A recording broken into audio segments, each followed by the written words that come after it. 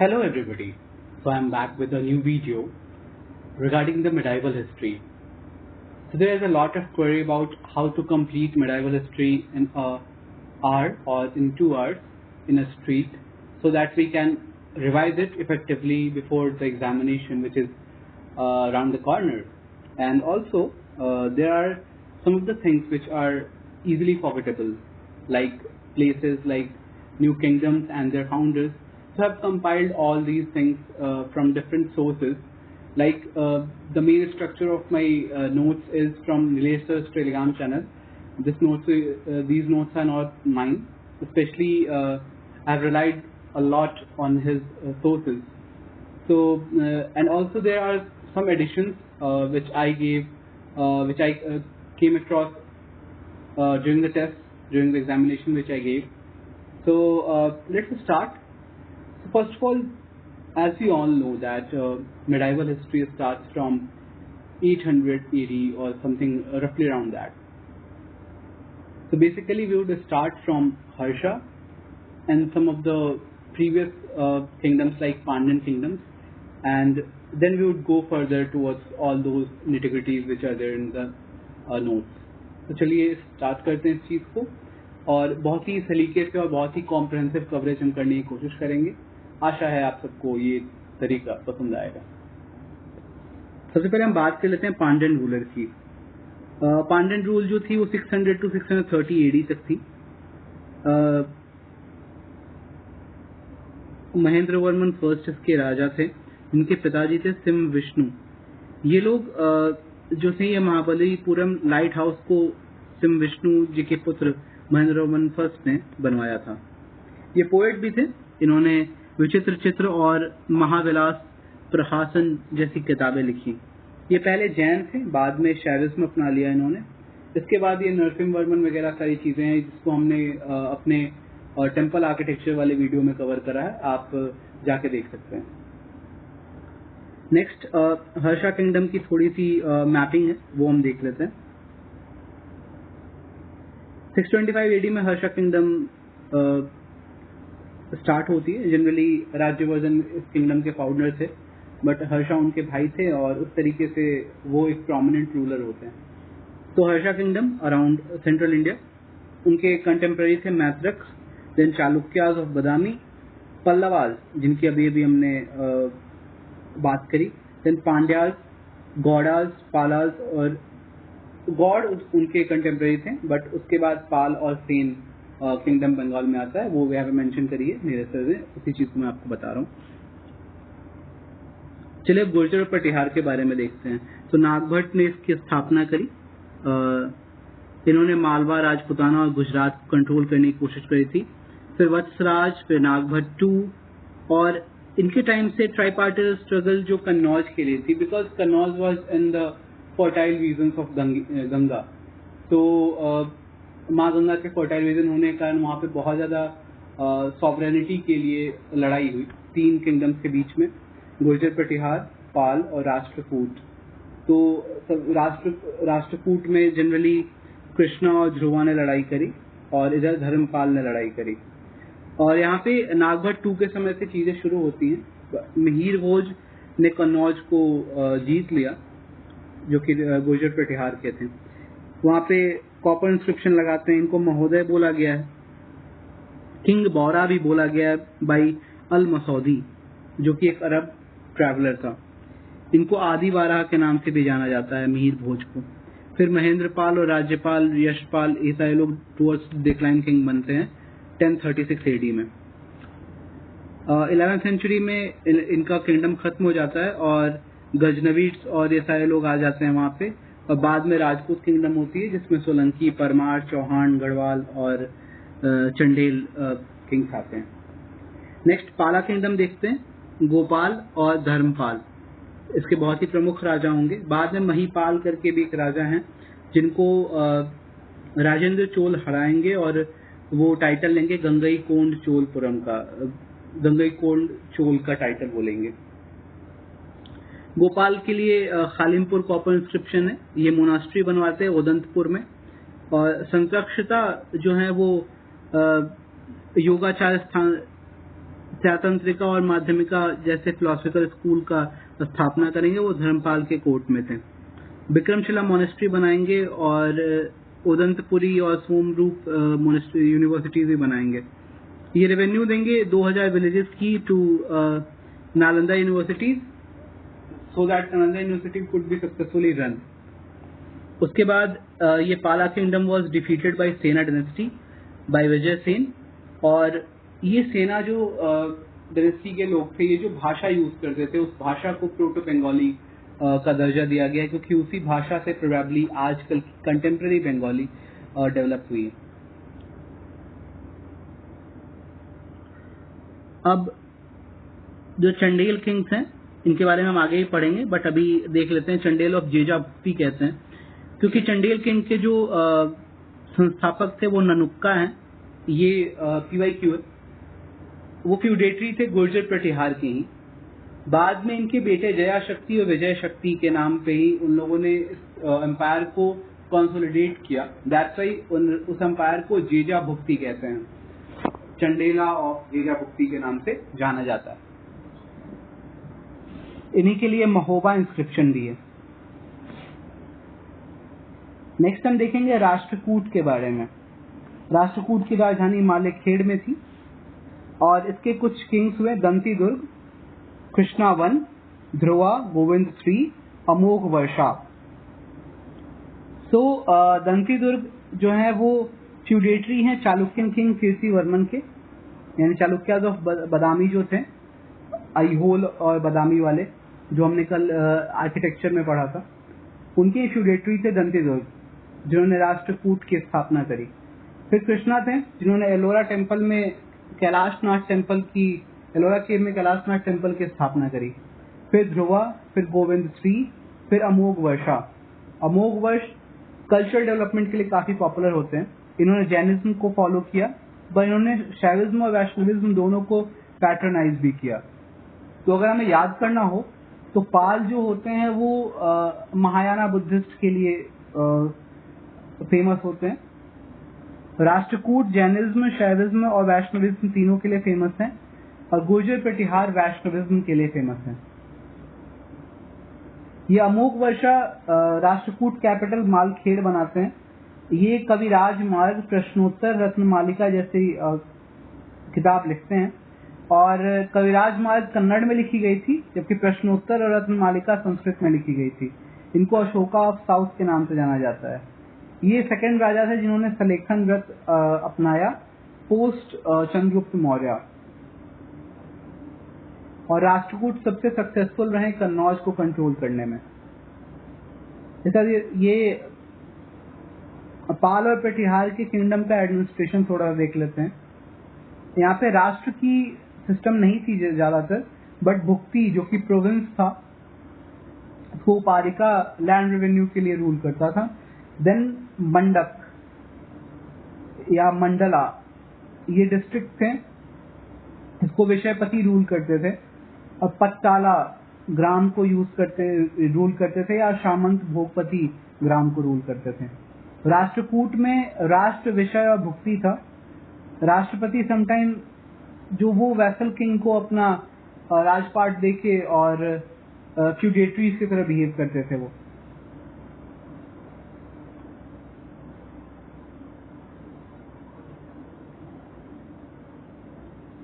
अब नॉर्थ में तो ट्राइपार्टाइट स्ट्रगल चल रही थी, बट साउथ में क्या हो रहा था? साउथ में इंपीरियल चोलास थे, जिनकी ज्यादातर हिस्ट्री हमें उत्तर मेरूर इंस्क्रिप्शन से पता लगती है। सबसे पहले विजयालय ने उसे फाउंड किया, फिर आदित्य चोल 1871 में सिंहासन में बैठते हैं। फिर परांतक फर्स्ट, जिन्होंने मदुरई को कैप्चर किया और मदुरई कोंडा के नाम से जाने गए। फिर राजा फर्स्ट, इन्होंने चेरा पांडे को हराया। इन्होंने नॉर्दर्न श्रीलंका को एनेक्स किया था, इन्होंने मालदीव्स को भी एनेक्स करी थी, और इन्होंने नेवल एक्सपीडिशंस किए थे towards Shailendra empire of Malay peninsula. ये शैविज्म के स्टॉन्च फॉलोअर थे। 1010 AD में राजराजेश्वर टेम्पल बनाते हैं, जिसको बृहदेश्वर टेम्पल के नाम से भी जाना जाता है, तंजौर में, जिसकी मैंने कल आपको वीडियो में पढ़ाई थी। ये बुद्धिस्ट मोनेस्ट्री बनाते हैं नागापट्टिनम में। इस तरीके से नागापट्टिनम तमिलनाडु में एक बुद्धिस्ट केंद्र भी बनता है। लैंड मेजरमेंट के लिए कदम नाम की यूनिट यूज करते थे ये। राजेंद्र वन, ये विक्ट्री पूरी की पूरी श्रीलंका को जीत लेते हैं। ये पाल और वेस्टर्न चालुक्य को हराने में सक्सेसफुल रहते हैं। महिपाल ऑफ पाल को ये हराते हैं और गंगईकोंड चोलपुरम का स्थापना करते हैं आके। माँ गंगा की कुछ कलश में जल लेके और गंगा की जल लाके गंगईकोंड चोलपुरम में एक कुंड में डाल के इन्होंने उस चीज को शुरुआत करी थी। सुमात्रा, जावा और मलेशिया तक के किंग्स से इनका जान पहचान था और वहां पे इनकी इन्फ्लुएंस थी। अब कुछ सिटीज है नॉर्थ टू साउथ देखते हैं। कांची, गंगईकोंड चोलपुरम, उरायूर, तंजौर, मदुराई। फिर यहाँ पे डिवीजन देख लेते हैं गुर्जर पटिहार की, क्योंकि गुर्जर पटिहार डिसइंटीग्रेट होता है बिकॉज ऑफ गजनवी इन्वेजन। तो उसके बाद क्या है कि ये लोग 5-6 राजपूत किंगडम्स बनते हैं। Chauhans of Ajmer, Paramars of Malwa, Solankis of Gujarat,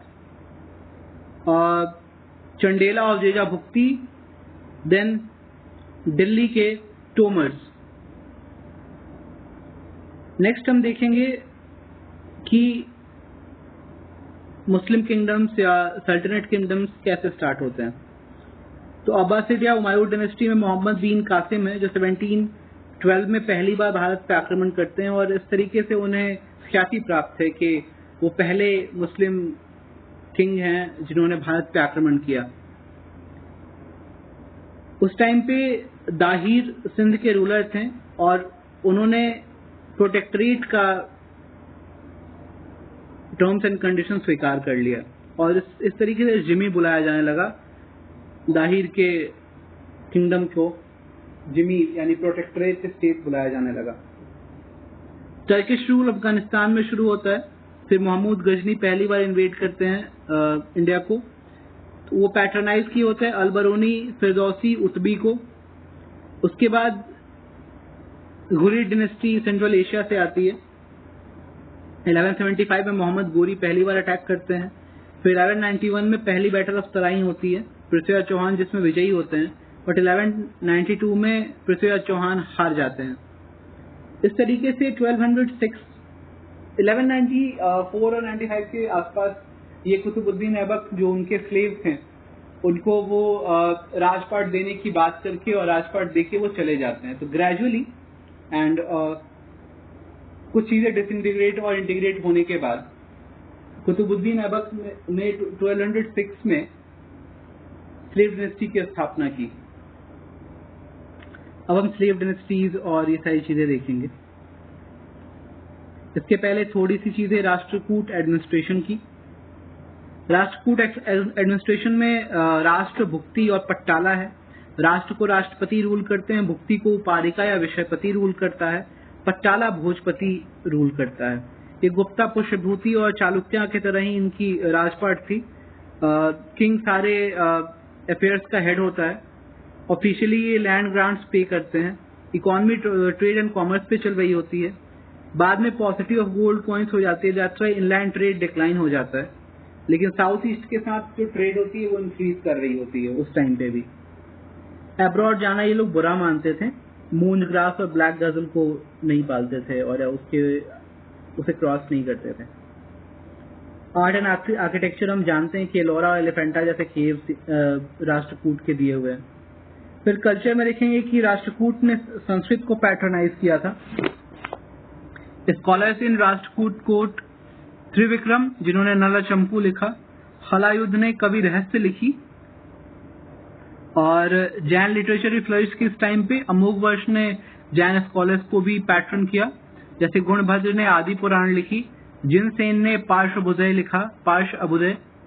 उसके बाद सक्तायन आए जिन्होंने अमोघा रिट्टी लिखी। उसके बाद मैथमेटिशियंस जैसे वीराचार्य ने गणित सारम लिखा। कन्नड़ा लिटरेचर भी इस समय बहुत ही पीक पे था। पंपा उस समय के एक बहुत ही खास पोएट हुआ करते थे। कन्नड़ पोएट 3 लोग थे, पंपा, पूर्णा और राणा, जो इन्हीं के टाइम पे कंटेम्पररी हुआ करते थे। अब पांड्या और चोला जब साम्राज्य खत्म हुआ, ऑलमोस्ट डिक्लाइन करने लगा, तो होयसाला नाम के एक नई किंगडम ने जन्म लिया अराउंड 11th-1200 एडी। उस टाइम पे ये चालुक्य के फ्यूडेटरी हुआ करते थे। विष्णुवर्धन बिट्टी देव जिन्हें बुलाया जाता था वो जैन थे, बाद में वो वैष्णव में कन्वर्ट होते हैं रामानुजाचार्य के इन्फ्लुएंस में आके। ये टॉलरेंट राजा हुआ करते थे, इसमें हिंदू, जैन और बुद्धिस्ट तीनों तरीके के धर्म को ये पालन करते थे। बहुत सारे श्राइन्स इन्होंने बनाए और बहुत सारे टेम्पल्स बनाए, जैसे चन्नकेश्वर टेम्पल, ये सारे टेम्पल्स इन्होंने बनाए। और इनकी जो टेम्पल स्ट्रक्चर थी उसमें भूमिज, नागर और कर्नाटक के सारे आसपास के जो भी इन्फ्लुएंसेस थे वो इसमें मौजूद थे। इन्होंने यादव ऑफ देवगिरी को हराया, कालाचुरीस को हराया और पांड्या ऑफ मदुरई को हराया और वेस्टर्न चालुक्य को भी हराया। इसके फाउंडर थे सला।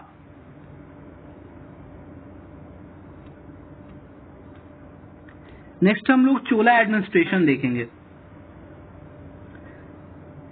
चोला एडमिनिस्ट्रेशन दो तरीके की, एक सेंट्रल एडमिनिस्ट्रेशन और एक प्रोविंशियल एडमिनिस्ट्रेशन। हम लोग कहते हैं कि चोला एडमिनिस्ट्रेशन जो है वो लोकल गवर्नमेंट का ब्लूप्रिंट रहा हमेशा से, क्योंकि चोला एडमिनिस्ट्रेशन में लोकल गवर्नेंस पे बहुत ज्यादा इन्फ्लुएंस थे किंग्स के, इसलिए एक प्रोविंशियल एडमिनिस्ट्रेशन अलग है और एक सेंट्रल एडमिनिस्ट्रेशन इसमें अलग है। सेंट्रल एडमिनिस्ट्रेशन में जो एडमिनिस्ट्रेटिव मशीनरी थी उसमें दो तरीके के ऑफिशियल्स होते थे, एक पेरुदमन जो हायर ऑफिशियल्स हों, एक सिरुदमन जो लोअर ऑफिशियल्स हों। रेजिडेंशियल पोर्शन को ओयनट्टम कहते थे। टोल्स एंड कस्टम्स जो कुलोटोंगा चोल थे उन्होंने एबॉलिश किया था। फिर अब प्रोविंशियल एडमिनिस्ट्रेशन देखते हैं। इसमें मंडलम, वलानाडु और नाडु ये तीन डिविजन्स हैं प्रोविंसेस के। मंडलम प्रोविंस को कहते हैं, वलानाडु डिस्ट्रिक्ट को कहते हैं और नाडु टाउन्स को कहते थे। उसके अलावा ऑटोनोमस विलेजेस भी थे जिन्हें कोट्टायम कहा जाता था। उसमें सभा होता था, 6 डिफरेंट फंक्शंस ऑफ 6 डिफरेंट कॉमिटीज। उसके बाद जो अगर हम पूरी की पूरी स्ट्रक्चर देखेंगे या डिसेंट्रलाइजेशन देखेंगे वो थी चोल मंडलम, फिर मंडलम, वलानाडु, नाडु एंड कोटायम। वलानाडु को पेरिया नट्टार रूल करता था और नाडु को नट्टार रूल करता था। मिलिट्री एडमिनिस्ट्रेशन, इनकी रेगुलर स्टैंडिंग आर्मी हुआ करती थी। इसका कोड मैंने बनाया है CINE, that is C for cavalry, I for infantry, N for navy, E for elephants. Training of army and military camps, Kadagams कहा जाता था उस ट्रेनिंग के प्लेस को। सोशियो इकोनॉमिक लाइफ 4-4 डिवीजन थी। वुमेन की सिचुएशन वहां पे भी सेम रही, दैट इज सती और देवदासी सिस्टम वहां पे भी था। इकोनॉमी में ट्रेड, कमर्शियल एक्टिविटीज, बहुत सारी चीजें होती थी। इंडस्ट्रीज जैसे सिल्क वीविंग, कांचीपुरम साड़ी जो कि आज भी फेमस है, हमारी फेवरेट रेखा जी पहनती है कांचीपुरम साड़ी। तो उसके बाद टाइप्स ऑफ लैंड देखेंगे हम। तो वेलावंगाई वो लैंड है जो नॉन ब्राह्मण्स को दिया जाता था। ब्रह्मदेव वो लैंड है जो ब्राह्मण्स को दिया जाता था। शलभोगा वो लैंड है जो स्कूल को की मेंटेनेंस के लिए दी जाती थी। देवदाना और तिरुनामट्टुकानी ये लैंड टेम्पल्स को दी जाने वाली लैंड थी। और पलिछंदम ये लैंड जो है वो जैन इंस्टीट्यूशंस को डोनेट किया जाता था। एजुकेशन एंड लिटरेचर देखते हैं। तमिल लिटरेचर अपने पीक पे थी इस टाइम पे। सिवक चिंतामणि जो थिरुथक्कार, देवार और कुंडल केशी जैसी चीजें लिखते हैं। रामायण कम्बन ने यहाँ पे लिखा था, तमिल रामायण। इनकी आर्ट एंड आर्किटेक्चर थोड़ी सी देख लेते हैं।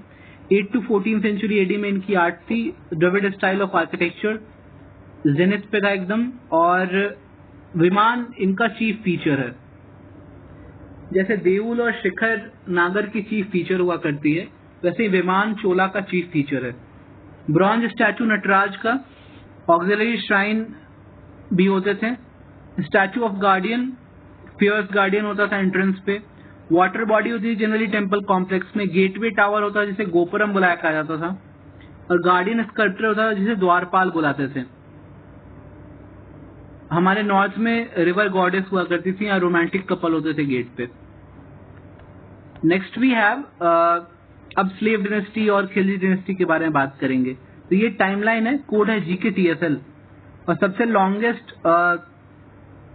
लॉन्गेस्ट रूलिंग जो किंगडम था वो अगर हम देखें तो तुगलक डिनेस्टी है, 95 ईयर्स। देन लोधी डायनेस्टी है। सबसे पहले हम देखेंगे कुतुबुद्दीन ऐबक के बारे में। ये लाहौर से आए होते हैं, इन्हें लाख बख्श के नाम से जाना जाता था क्योंकि ये बहुत ज्यादा डोनेशन दिया करते थे। पहली कुव्वतुल इस्लाम मस्जिद बनाते हैं और 2.5 दिन का झोपड़ा अजमेर में बनाते हैं। कुतुब मीनार का 1/5 बना के इनकी मृत्यु हो जाती है। कुतुबुद्दीन बख्तियार काकी के याद में बनाया गया था। और नेक्स्ट यहाँ पे इनको कंप्लीट करते हैं इल्तुतमिश। ये स्कॉलर जैसे हसन निजामी को अपने कोर्ट में रखा करते थे। ये चौगान खेलते वक्त मारे गए। उसके बाद इल्तुतमिश के बारे में हम देखते हैं।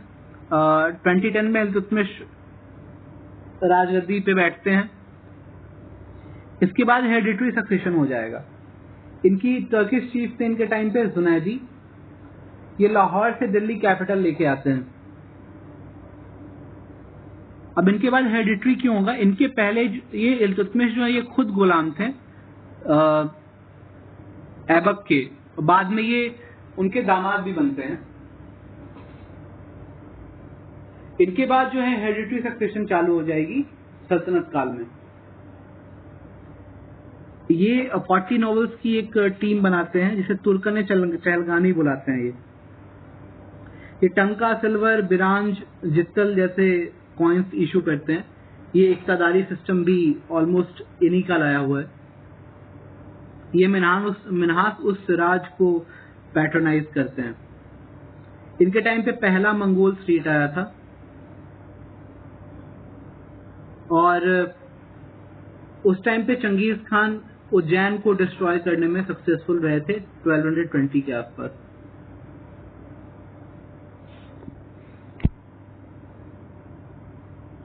अब जो रजिया सुल्तान थी उन्होंने संस्कृत कॉइन्स भी छपवाई थी।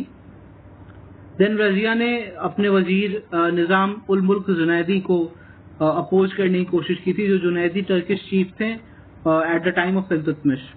याकूत से उनकी लव ट्रायंगल हम जानते ही हैं। उसके बाद ग्रेजुअली जो चहलगानी था वो वीक पड़ने लगता है और फिर रजिया के हटने के बाद बलबन जब आते हैं उन्होंने मंगोल के थ्रेट को खत्म कर दिया था और डिफेंड कर लिया था अपने राज्य को, इसलिए उन्हें उलूग खान भी कहते थे। उन्होंने दीवाने उनजारत जो कि फाइनेंस के लिए और दीवाने अर्ज और मिलिट्री वो स्टार्ट करते हैं। ये चहलगानी को तोड़ देते हैं। ब्लड एंड आयरन की पॉलिसी अपनाते हैं। किनशिप की थियरी होती है और ज़िल्ले इलाही, सजदा और पैगोस की प्रथा शुरू करते हैं। नौरोज की फेस्टिवल भी इन्हीं की शुरू की हुई है। अब इनके बाद बलबन के बाद कोई खासे किंग होते नहीं अच्छे, बट कैकूबाद एक हिंदू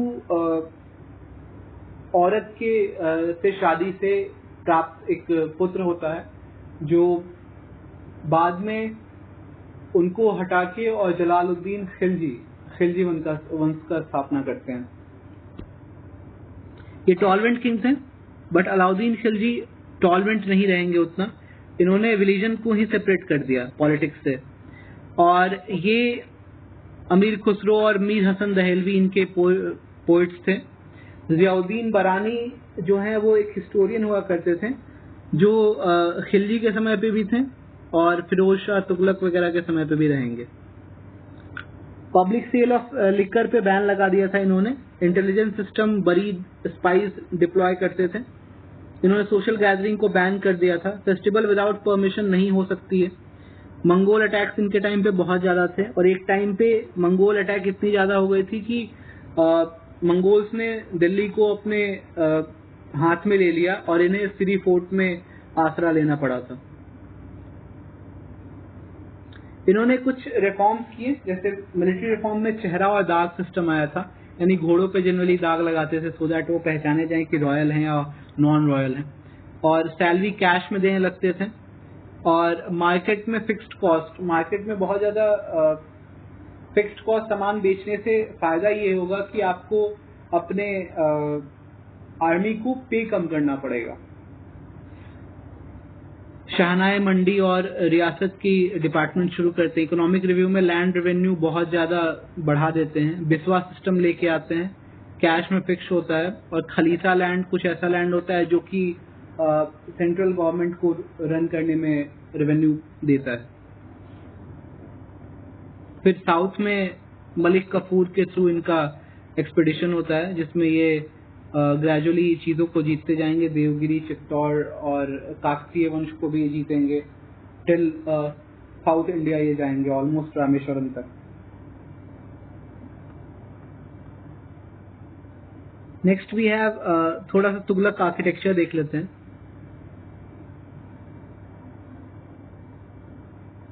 सॉरी, पहले हम तुगलक वंश के बारे में पढ़ते हैं, फिर आर्किटेक्चर देखते हैं, वो थोड़ा बेहतर होगा हमारे लिए। सो तुगलक डायनेस्टी, गियासुद्दीन तुगलक के टाइम पे अमीर खुसरो उस टाइम पे होते हैं जो तुगलक नामा लिखते हैं। इन्होंने तुगलकाबाद की स्थापना भी करी, थर्ड सिटी ऑफ दिल्ली, और इन्होंने पोस्टल सिस्टम को ऑर्गेनाइज किया, कैश में पे करते थे, और सिंचाई और बटाई सिस्टम को शुरू किया इन्होंने। सबसे पहले बार इरिगेशन इन्होंने शुरू करी। फिर मोहम्मद बिन तुगलक आते हैं, जिनके इब्न बतूता उनके ही टाइम पे आए होते हैं, और ये अकॉर्डिंग टू बरानी इनके जो 5 एक्सपेरिमेंट थे वो बहुत ज़्यादा फेमस हुए, और इनके एम्पायर का डिसइंटीग्रेशन का भी कारण बनते हैं। और वो 5 एक्सपेरिमेंट इस प्रकार हैं। ये दिल्ली से देवगिरी अपने कैपिटल को ले जाने की कोशिश की है। इन्होंने टोकन करेंसी, कॉपर की करेंसी इशू की, जिस कारण से इनकी इकॉनमी चौपट हो गई। फिर खुरासन और कराची एक्सपेडिशन किया इन्होंने। खुरासन क्या है? खुरासन अफगानिस्तान का एक एरिया है, वहाँ पे मंगोल से लड़ने के लिए एक्सपेडिशन करते हैं। और कराची हिमाचल प्रदेश चाइना का एरिया है, जो कि वहाँ पे ये सैनिक भेजते हैं डिफेंड करने के लिए अपने बॉर्डर्स को। दोआब में टैक्सेशन बढ़ा दी। दोआब वो रीजन होती है जो 2 नदियों के बीच में होती है, यहाँ पे गंगा और यमुना की बात हो रही है। ये जहांपना फोर्थ सिटी की कंस्ट्रक्शन करवाते हैं। इब्न बतूता ने रिहला नाम की किताब लिखी और बताया कि साउथ इंडिया उस टाइम इन्हीं के टाइम पे इंडिपेंडेंट हो जाता है, और विजयनगर की स्थापना होती है 1336 में, और बहमनी की स्थापना होती है 1347 में। नेक्स्ट ये मोहम्मद बिन तुगलक की कुछ अच्छी चीजें भी थी, जैसे सबसे पहले इन्होंने मेरिटोक्रेसी पे फोकस शुरू किया, रिलेशन विथ नोबल्स सही किए, रिलीजन को सेपरेट किया स्टेट से, और एनसीईआरटी में पीवाईक्यू में एक लाइन थी कि मोहम्मद बिन तुगलक ने मंगोल्स को टेरिटरी लूज करी थी। ऐसा कभी नहीं हुआ था, क्योंकि Mongol towards the end of Tughlaq dynasty आएंगे और तुगलक डायनेस्टी को खत्म करेंगे। अब फिरोज शाह तुगलक की बात कर लेते हैं। इन्होंने मुस्लिम वुमेन को बाहर जाने से और वर्शिप करने से रोक लगा दी। इन्होंने जिजिया को सेपरेट टैक्स बनाया। अनसक्सेसफुल एक्सपेडिशन रहा था इनका बंगाल का, और वहां से बंगाल इनसे अलग हो जाता है। Department of slave that is दीवाने बंदगान, और department of charity that is दीवाने खैरात इन्होंने शुरू करी। सबसे पहले इन्होंने इरिगेशन टैक्स लगाया। इरिगेशन शुरू करी थी गियासुद्दीन तुगलक ने, और एग्रीकल्चर की डिपार्टमेंट बनाई थी मोहम्मद बिन तुगलक ने, जिसे दीवाने कोही कहते हैं, या तक्कावी लोन्स देते थे वो for agriculture and other purposes. उसके बाद एग्रीकल्चर पे टैक्स दीवाने शर्ब नाम की टैक्स लगाई गई बाई फिरोज शाह तुगलक। ये उलेमा की एडवाइस को बहुत ज्यादा फॉलो किया करते थे। फिर उन्होंने जागीर सिस्टम शुरू करी, और 2 तरीके के कॉइन्स इन्होंने और इशू किए, आद और बीच, और 4 तरीके के टैक्सेस लगाए, खम्स, खराज, ज़कात और जिज़िया। खराज जो है वो लैंड टैक्स था, खम्स जो है वो 1/5 ऑफ लूटेड प्रॉपर्टी था, jizya for religion and zakat for Muslims. इन्होंने सिटीज बनाई, जौनपुर, फतेहाबाद, फिरोजाबाद एंड हिसार। फिर नसीरुद्दीन मोहम्मद शाह के टाइम पे क्या होता है कि तैमूर की इन्वेजन होती है 1398 में, और ये लूज कर देते हैं सेंट्रल दिल्ली। फिरोज शाह तुगलक के टाइम पे तैमूर ने इंदस क्रॉस किया था, और बाद में कॉन्कर कर लेता है 1398 में नसीरुद्दीन मोहम्मद को हटा के, और खिज़र खान जो कि तैमूर के साथ आए होते हैं उन्हें बिठा देता है। तो ये सूरत, बिलासपुर और पंजाब को अपने कंट्रोल में ले लेते हैं खिज़र खान, लेकिन इनके हाथ से बंगाल, दक्कन, गुजरात, जौनपुर और खानदेश जैसे छोटे मोटे जो राज्य थे वो इनके हाथ से छूट जाते हैं। नेक्स्ट इनके बाद मुबारक शाह आते हैं जो लोकल चीफ्टेंस को हराते हैं और हिंदू नोबल्स को अपने कोर्ट में रखने वाले ऑलमोस्ट अगर कह पाए तो पहले सुल्तान होते हैं ये। मुबारकाबाद बनाते हैं ये बैंक्स ऑफ जमुना पे। फिर 1434 में मोहम्मद शाह आएंगे जो रूलर ऑफ मालवा को हराते हैं with the help of Bahlol Lodi. और इन्हीं के बाद अलाउद्दीन आलम शाह होंगे जो कि एब्डिकेट कर देंगे throne in the favour of Bahlol Lodi. और लोदी जो है वो सैयद जो लोदी हैं वो अफगानी होंगे।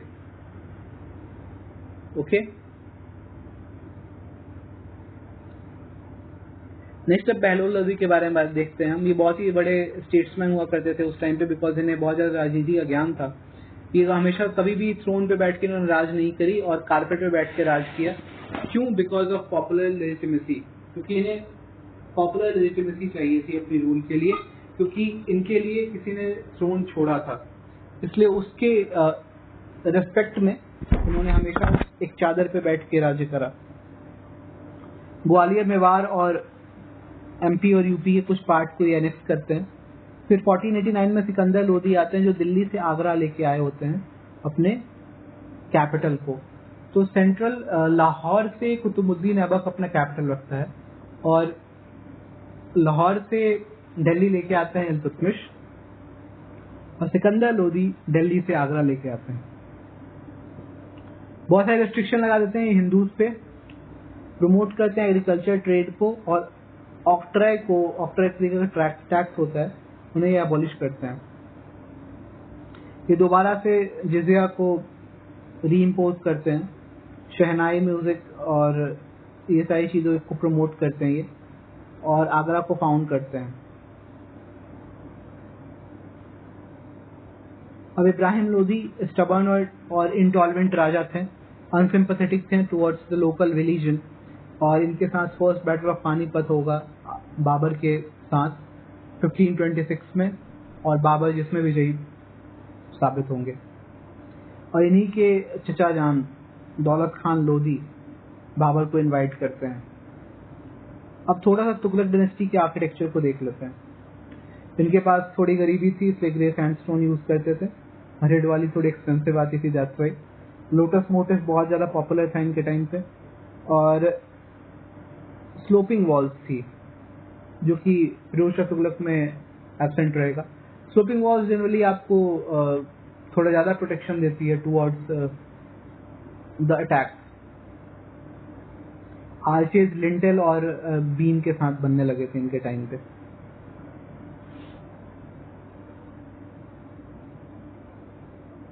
और ग्रेट सैंडस्टोन जो है वो कम डेकोरेट किया जा सकता था क्योंकि वो थोड़ी हार्ड होती थी और उसे कार्व करना मुश्किल होता था। फिर 2020 में मंगोल गन पाउडर लेके आए होते हैं, मीनारे और आर्चेज ऐबक के साथ आते हैं, और जो डोम्स हैं वो टर्किश इन ओरिजिन है।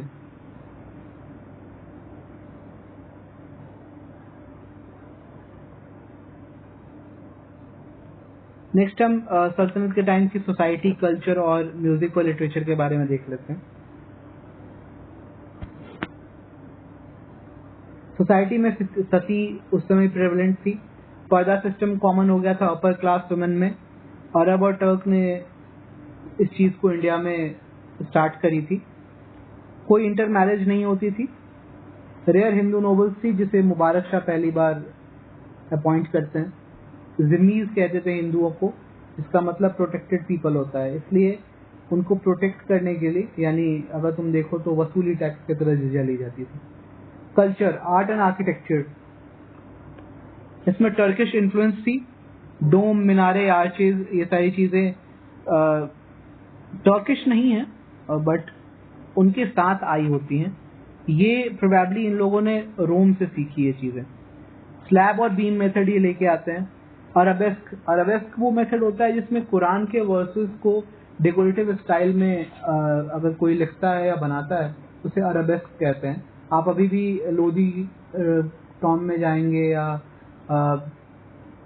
पुराने किला में जाएंगे तो आपको बहुत सारे ऐसे अरबेस्क डेकोरेशन स्टाइल दिख जाएंगे। पहली मॉन्यूमेंट थी ऑफ सल्तनत कुव्वतुल इस्लाम मस्जिद जो ऐबक ने बनाई थी। लोदियों ने बहुत सारे बिल्डिंग्स बनाए जिसमें बहुत ही उन्हें हाई प्लेटफॉर्म पे रखने की कोशिश की। लोदी गार्डन अगर आप जाते हैं दिल्ली में है, वो एक रेज्ड प्लेटफॉर्म पे वो मकबरे बने हुए हैं। दैट्स व्हाई ये रेज्ड प्लेटफॉर्म लोदियों ने शुरू करा था। लिटरेचर में देखते हैं हम फेमस हिस्टोरियंस हसन निजामी ऐबक के टाइम पे थे। मिनहानुस सिराज जो है वो इल्तुतमिश के टाइम पे, जियाउद्दीन बरानी, अलाउद्दीन खिलजी, गयासुद्दीन तुगलक और मोहम्मद बिन तुगलक के टाइम पे रहेंगे। शम्स सिराज अफीफ भी खिलजी वंश के टाइम पे रहेंगे। राय सरंगिनी इन्हीं के टाइम पे कलहंड ने लिखी थी, but in Kashmir not in Delhi. और ये जैनुलब्दीन राजा होते हैं कश्मीर के, उनके कार्यकाल के टाइम पे लिखा गया था। अमीर खुसरो ने लिखा आईना सिकंदरी, हश्त भिश्त, लैला मजनू, तुगलकनामा, मुल्ताउन अनवर। फिरोज शाह तुगलक ने फतवाए फिरोज शाही लिखी। इब्न बतूता ने किताबुल वहला लिखा। फिरदौसी ने शाहनामा लिखा। अल-बरूनी ने किताबुल हिंद लिखी ड्यूरिंग गजनीज टाइम। फिरदौसी भी शाहनामा गजनी के टाइम पे लिखते हैं। म्यूजिक में नए इंस्ट्रूमेंट आ गए जैसे सरंगी और रबाब। रबाब बहुत ही अच्छी एक म्यूजिक इंस्ट्रूमेंट है। आप जनरली अभी देखेंगे तो कश्मीर में कुछ ट्राइब्स से बजाया करते हैं। अमीर खुसरो ने बहुत सारे राग स्टार्ट करे जैसे घोड़ा और सनम राग। कवाली स्टार्ट करी। सितार का इन्वेंशन किया अमीर खुसरो ने। राग दर्पण को एफएसटी ने, दैट इज फिरोज शाह तुगलक ने पर्शियन में ट्रांसलेट करी सॉरी। पीर बोधन बहुत ही खुशनुमा एक सेंट हुआ करते थे उस टाइम पे, जो बहुत ही बेहतर संगीत बजाया करते थे। मन कौतूहल म्यूजिकल वर्क को उन्होंने ट्रांसलेट किया। मन कौतूहल राजा मान सिंह द्वारा, जो ग्वालियर के थे, उनके द्वारा लिखा गया था। और फकीरुल्लाह ने राग दर्पण को ट्रांसलेट किया था। नेक्स्ट हम एडमिनिस्ट्रेशन ऑफ सल्तनत देखेंगे। इसमें कुछ जनरली जो डिपार्टमेंट्स हैं उनके बारे में हम देखते हैं। सेंट्रल और प्रोविंशियल एडमिनिस्ट्रेशन था इसमें। सेंट्रल में सुल्तान, नाइब सुल्तान और फिर वजीर जो फाइनेंस डिपार्टमेंट के थे। फिर चीफ काजी होता था जुडिशियल डिपार्टमेंट का। और जे मुबालिक जो है वो मिलिट्री डिपार्टमेंट का हेड होता था। रिक्रूटमेंट और मैनेजमेंट दोनों देखता था। सिविल मैटर्स मुस्लिम्स के लिए शरिया कानून था और हिंदुओं के लिए पर्सनल लॉज थे हमारे। क्रिमिनल रूल्स सुल्तान के द्वारा बनाए जाएंगे। दीवाने बरीद स्पाई के लिए था। दीवाने कुजा जस्टिस के लिए था। दीवाने रिसालत फाइनेंस के लिए। दीवाने रिसालत फॉर फॉरेन अफेयर्स और दीवाने रसालत फॉर फॉरेन अफेयर्स। दीवाने रिसालत फॉर रिलीजियस अफेयर्स। री फॉर री ऐसे याद करना होगा। और रिसालत के ही चीफ थे काजी और उनके नीचे चीफ सदर बैठते थे। फिर दीवाने रियासत कॉमर्स के लिए था जो अलाउद्दीन खिलजी ने शुरू करी थी। दीवाने अरीज बलबन ने शुरू करी थी। दीवाने इंशा कॉरेस्पॉन्डेंस के लिए। दीवाने मुस्तखराज ये लोन्स के लिए था जो अलाउद्दीन खिलजी ने शुरू करी थी। दीवाने कोही मोहम्मद बिन तुगलक ने शुरू करी एग्रीकल्चर के लिए। दीवाने बंदगान और दीवाने खैरात ये रेस्पेक्टिवली स्लेव्स और चैरिटी के लिए थे। फिरोज शाह तुगलक और ने दोनों को शुरू किया। फिर दीवाने इश्तियाक जो है वो पेंशन के लिए थी, फिरोज शाह तुगलक ने शुरू करी। अब प्रोविंशियल एडमिनिस्ट्रेशन देखते हैं। ISPG इसका कोड है। इक्ता शिक परगना ग्राम। इक्ता के लिए मुफ्ती या वली थे जो इसके हेड थे। शिक के लिए शिकदार और परगना के लिए अमिल, ग्राम के लिए khut. Iqta introduce by Mohammad Ghori. Institutionalisation of iqta by Iltutmish. Then corruption iqta में पाया गया बाय बलबन। फिर वापस से इक्ता आई अलाउद्दीन खिलजी के टाइम पे। इक्ता बाद में हेरिडिटरी हो जाती है फिरोज शाह तुगलक के टाइम पे। नेक्स्ट हम इकोनॉमी और लैंड रेवेन्यू देख लेते हैं। सराय बहुत सारे हाईवे से बनाए गए। सेरिकल्चर लार्ज स्केल पे होती रही। बंगाल गुजरात में बहुत सारे फेमस फैब्रिक्स डेवलप किए गए जो चाइना तक एक्सपोर्ट किए जाने लगे। पोस्टल सिस्टम था, कॉलोनियल सिस्टम था, टंका, बरांज और जित्तल। अलाउद्दीन खिलजी ने गोल्ड कॉपर भी इंट्रोड्यूस किया जिसे दिनार कहते हैं। मोहम्मद बिन तुगलक ने टोकन करेंसी चलाई। एग्रीकल्चर प्रोडक्शन को इंक्रीज करने के लिए किसी ने लोन दिया तो किसी ने इरिगेशन शुरू करी, कनाल्स बनवाए। इक्ता लैंड, खालिसा लैंड और इनाम लैंड 3 तरीके के लैंड हुआ करते थे। 5 तरीके के लैंड टैक्सेस थे, उशरा फॉर मुस्लिम्स, खराज फॉर नॉन मुस्लिम्स, खम्स फॉर वॉर बूटी, ज़कात religious tax from rich Muslims and मुक्ताई system for fixation land tax.